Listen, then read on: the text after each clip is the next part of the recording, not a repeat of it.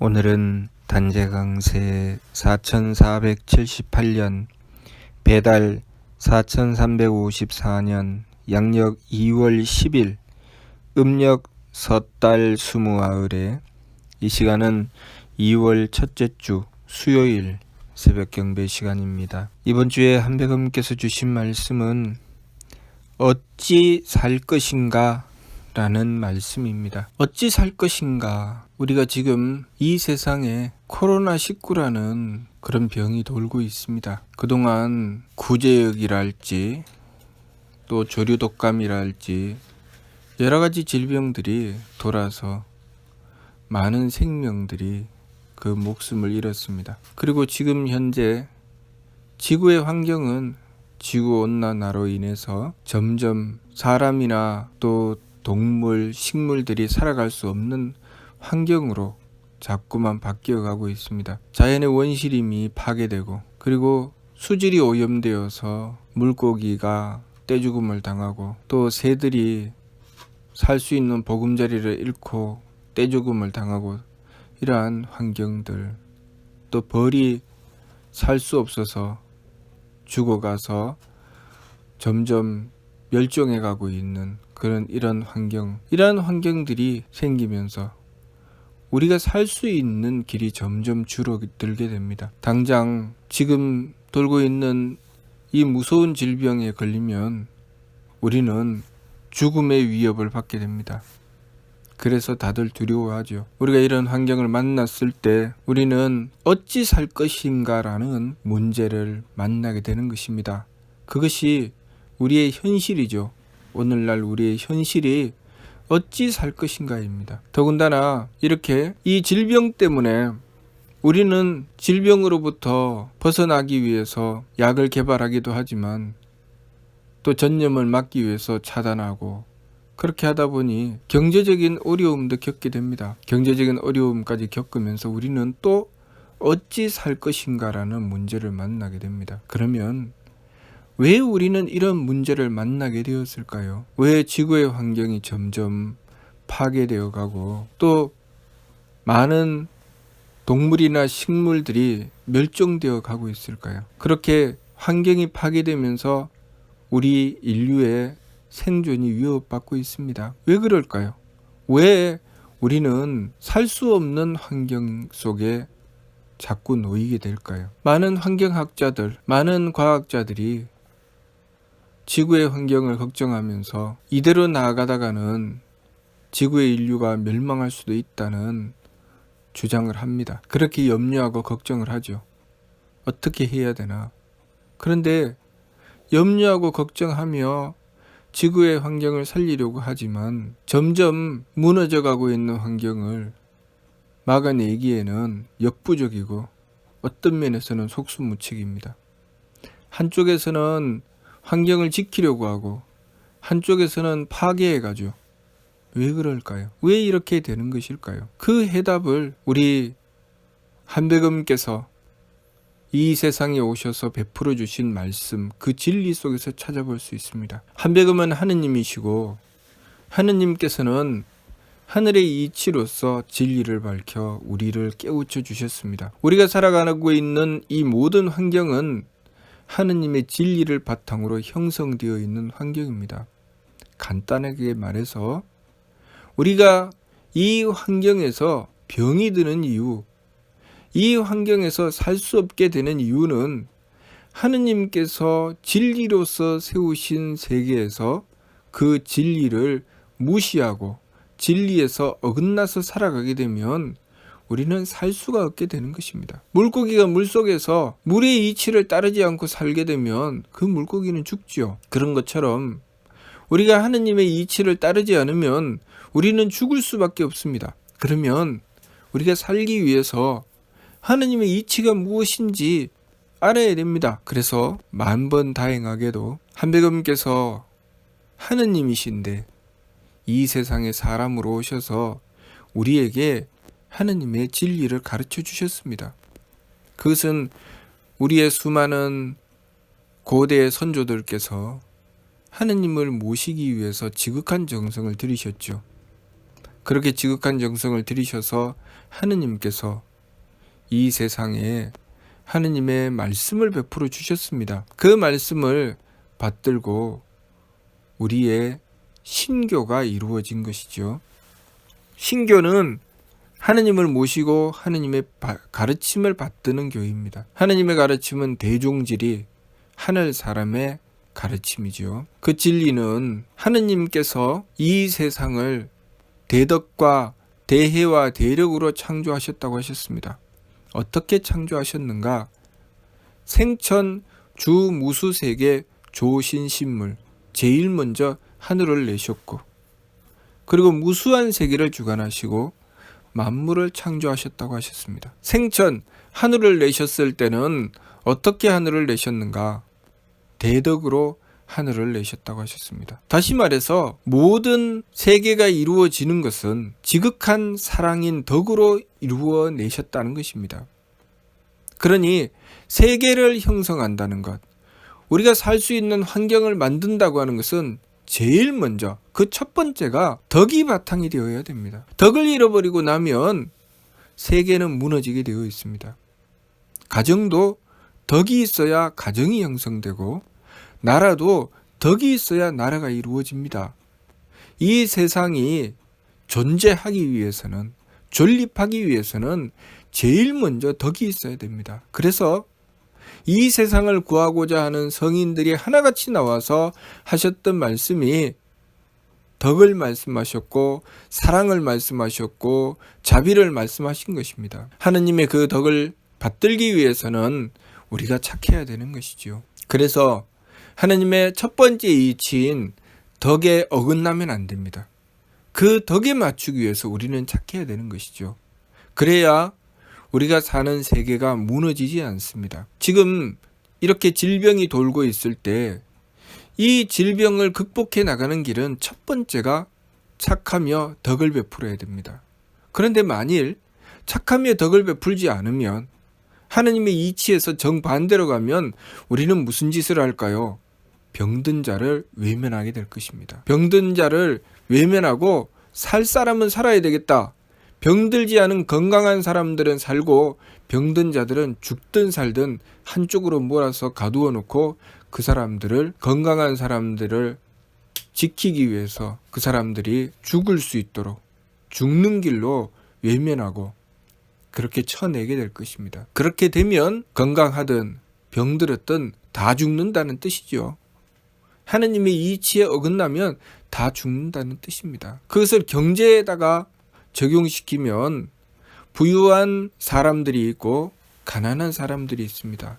부유한 사람들이 우리는 살아야 되겠다, 우리는 누리고 살아야 되겠다 하고 자신들의 이익만 주장하고, 가난하고 힘없는 사람들을 핍박해서 그들이야 죽든 살든 신경 쓰지 않고 그들을 내몰게 되면 세계는 무너지게 되고 그것 때문에 다 죽는다는 것입니다. 부유한 사람도 그 부유함을 잃게 된다는 것이죠. 살 수가 없다는 것입니다. 그것이 하느님의 첫 번째 이치 덕입니다. 하느님께서는 대덕으로 이 모든 세계를 형성하셨습니다. 그 모든 세계의 바탕이 하늘이기 때문에 그 하늘을 형성하신 것이 하느님의 대덕입니다. 대덕은 하늘의 이치를 보면 삼위신고 천운에 하늘은 무형질, 무단예, 무상하사방, 허허공공, 무부재 무부령이라고 하셨습니다. 하늘은 모양도 바탕도 없고 처음도 끝도 없으며 위아래 사방도 없고 겉도 속도 다 비고 어디나 있지 않은 데가 없으며 무엇이나 싸지 않은 것이 없다고 하셨습니다. 그것이 무슨 뜻일까요? 하느님의 덕, 하느님의 그 사랑은 모양도 바탕도 없고 가리지 않는다는 것이죠. 처음도 끝도 없으며 처음부터 끝까지 처음도 끝도 없이 사랑하신다는 것입니다. 그리고 위아래 사방도 없고 위아래 사방도 없이 사랑하신다는 것이죠. 겉도 속도 다 비어서 모든 것을 다 포용하고 감싸신다는 것입니다. 어디나 있지 않은 데가 없고 무엇이나 싸지 않은 것이 없느니라. 항상 하느님은 우리를 사랑으로 감싸고 항상 품어 안고 계신다는 것이죠. 우리가 그러한 하느님의 덕을 받들면 이 세상은 진정 행복한 세상이 될 것입니다. 그러나 그 덕을 외면하고 살아가게 되면 어미 품을 떠난 새끼처럼 우리는 곧 죽게 될 것입니다. 그러니 우리가 그 첫 번째 이치인 덕을 받들어야 됩니다. 그리고 두 번째 이치는 하느님께서 대해 큰 지혜로서 주무수세계 무수한 세계를 이루셨다고 했습니다. 다시 말해서 이 모든 세계에는 하느님의 진리가 항상 바탕으로 깔려 있다는 것이죠. 법칙이 있습니다. 하느님의 큰 지혜로서 법칙을 이루셨기 때문에 우리는 그 법칙을 따라야 됩니다. 그래서 하느님의 덕을 받들어 사랑으로 병든 자를 구하려고 애를 쓰고 노력할 때 우리는 무엇을 해야 됩니까? 이치를 찾아야 됩니다. 진리를 찾아야 되죠. 어떻게 하는 것이 바른 길인지 찾아야 됩니다. 그 진리와 이치에 맞추어서 행해야 하는 것이죠. 진리와 이치는 또다시 말하면 도리입니다. 도리를 지켜야 되는 것이죠. 도리는 항상 덕을 바탕으로 형성됩니다. 어떻게 하면 덕스럽게, 어떻게 하면 모두 다 함께 살아갈 수 있는 길이 열릴 수 있을까? 그 길을 찾았을 때 그 속에 진리가 있게 되는 것입니다. 그러니 하느님의 진리를 찾고 그 진리를 따라서 행해야 모두 다 살 수 있다는 것입니다. 그렇게 해서 발전한 것이 과학이죠. 과학이라고 하는 것은 하느님의 이치, 하느님의 지혜를 구했던 것입니다. 하느님의 지혜를 구했기 때문에 이 자연 만물이 거기에 따라서 움직이게 된 것이죠. 우리가 우리들 마음대로 행한다고 해서 이루어지는 것이 아닙니다. 그러니 첫 번째는 하느님의 큰 덕을 따라야 되고, 두 번째는 하느님의 이치인 진리를 따라야 되는 것입니다.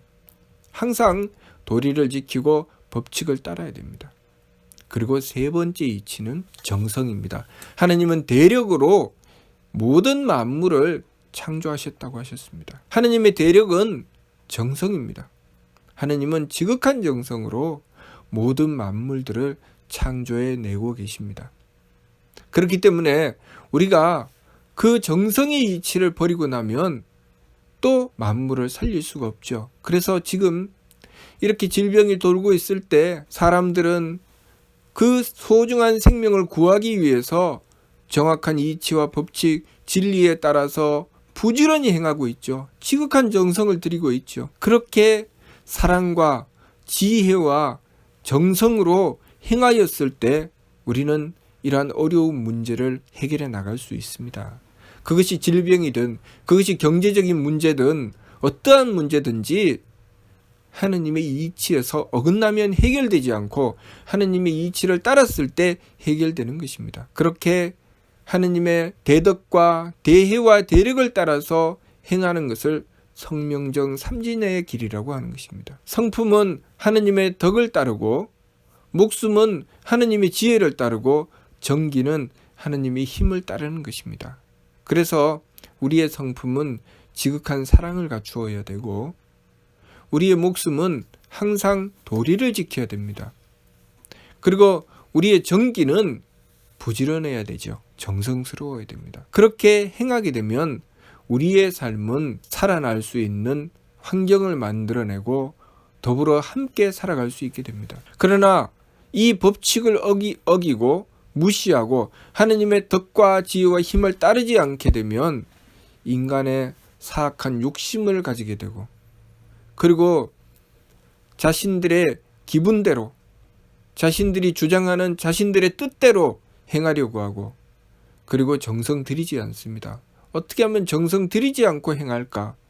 그래서 정성 들이지 않고 행하기 위해서 무리를 짓고 서로 싸우고 다투며 그렇게 자신들의 욕심을 채우려고 하죠. 그러면 어떻게 됩니까? 하느님의 이치에 어긋나기 때문에 그들은 세계를 무너뜨리게 되고 생명을 파괴하게 됩니다. 그러면 함께 죽는 것입니다. 우리가 나라를 경영해 나가는 것을 정치라고 하죠. 정치도 하느님의 이치, 대덕과 대혜와 대력을 받들어야 그 나라의 정치가 바로 서는 것입니다.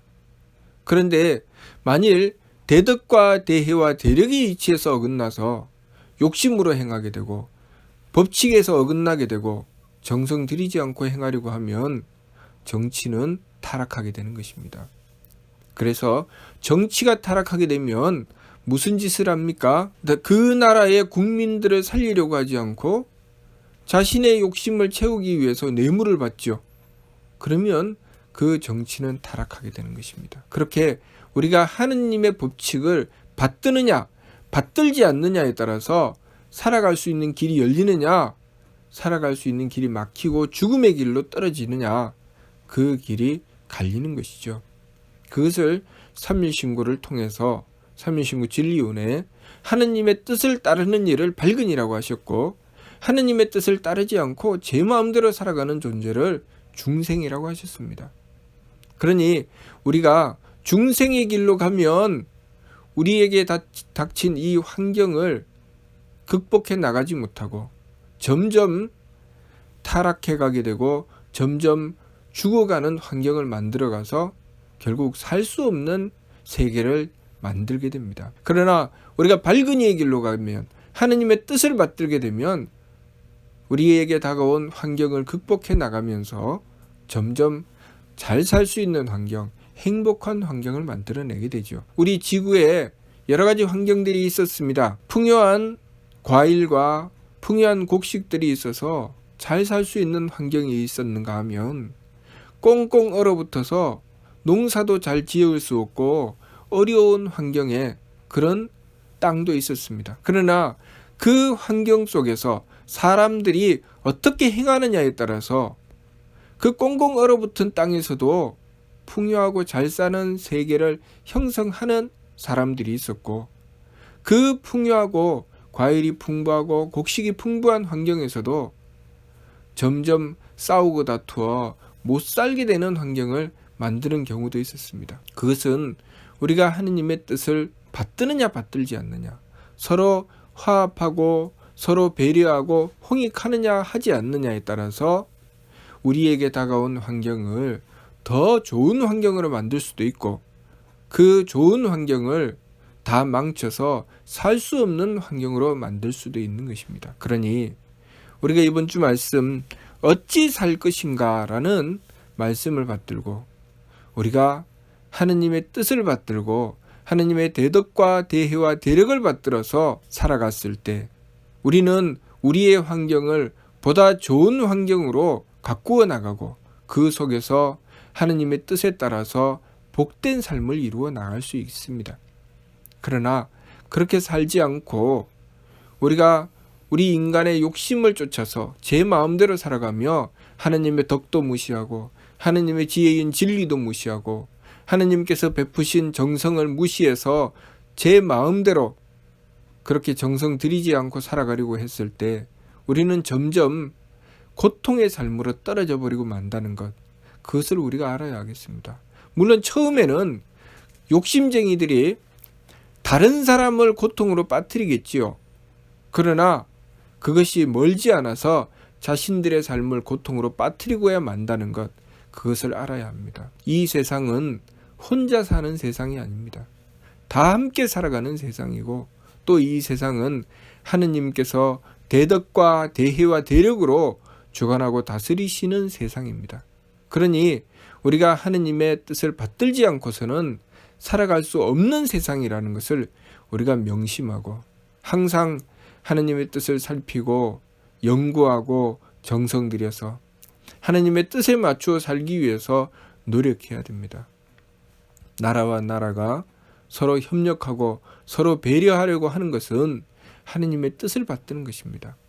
그러나 자신의 나라를 위해서 다른 나라를 파괴하려고 하는 것은 하느님의 뜻에 어긋난 것이라는 것을 알아야 합니다. 자신들의 집단을 위해서, 자신들의 무리를 위해서 다른 무리를 쳐서 없애려고 하는 것은 하느님의 법칙에 어긋난다는 것을 알아야 합니다. 그러니 우리가 하느님의 뜻을 살피고 대덕과 대혜와 대력에 어긋나지 않도록 성품과 목숨과 정기의 이치를 받들고 이 마음의 욕심, 기운의 망령됨, 몸의 정성 없음을 돌이켜서 하느님의 덕과 지혜와 힘을 받들기 위해서 성명정 삼진의 길로 나아가기 위해 지감조식 금척의 세법을 힘써 행하고 지극한 정성으로 하느님의 뜻을 받들므로써 홍익하게 되고 나뿐만 아니라 상대를 살리고 상대를 살림으로 또한 내가 살 수 있는 길을 열어나갈 수 있도록 하여야 하겠습니다. 무엇보다도 중요한 것은 우리가 하느님이신 한백음을 모셔서 우리가 하느님의 대덕과 대혜와 대력을 받드는 삶을 추구해야 한다는 것입니다. 그것이 바로 우리의 살 길이라는 것, 그것을 명심해야 하겠습니다. 무슨 뜻인지 이해가 됩니까? 네. 마치도록 하겠습니다.